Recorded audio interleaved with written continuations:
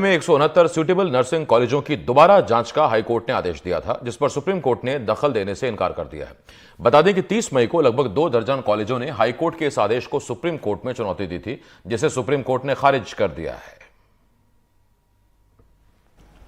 मध्य प्रदेश के फर्जीवाड़ा करने वाले निजी नर्सिंग कॉलेजेस को एक बार फिर सुप्रीम कोर्ट से झटका लगा है।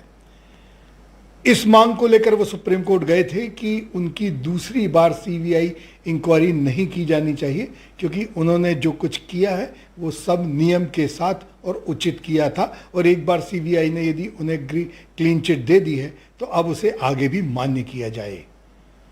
लेकिन सुप्रीम कोर्ट ने दलीलों को सुनने और साक्ष्यों को देखने के बाद इस याचिका को खारिज कर दिया और ये कह दिया कि एक बार फिर सीबीआई की इंक्वायरी की जाएगी।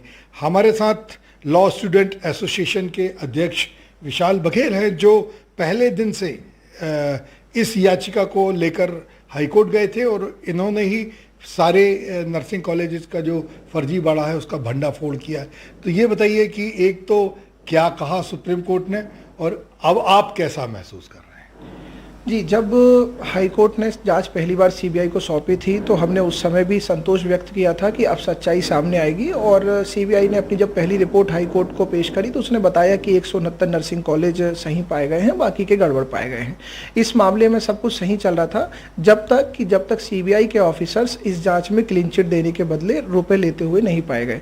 जब उन पर भ्रष्टाचार के आरोप लगे तो पिछली सुनवाई में हमने माननीय उच्च न्यायालय में एक आवेदन पेश किया और आग्रह किया कि चूंकि अब ये पूरी जाँच विवादित हो गई है, अतः जिन कॉलेजों को क्लीन चिट दी गई थी उनकी दोबारा जांच किया जाना आवश्यक है, क्योंकि इन कॉलेजों में से बहुत सारे कॉलेज और अधिकारियों ने जांच किए थे जो कि इस रिश्वत कांड में, भ्रष्टाचार में आरोपी बनाए गए हैं।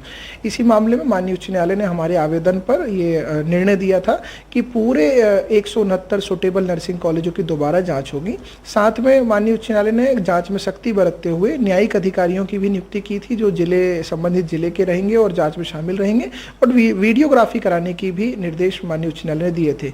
इसी पूरे आदेश को कुछ नर्सिंग कॉलेजों द्वारा सुप्रीम कोर्ट में चुनौती दी गई थी, जिसमें उन्होंने कहा था कि हमारे कॉलेजेस सुटेबल पाए गए हैं और सभी नियमों का पालन करते हुए चल रहे हैं, अतः हमारे कॉलेजों की बार बार जांच किया जाना उचित नहीं होगी, और ये दोबारा जांच के आदेश को उन्होंने माननीय उच्च न्यायालय में चुनौती दी थी। इस प्रकरण में माननीय उच्च न्यायालय ने उनके तर्क सुन करके और उस हाईकोर्ट के आदेश पर दखल देने से इनकार कर दिया है।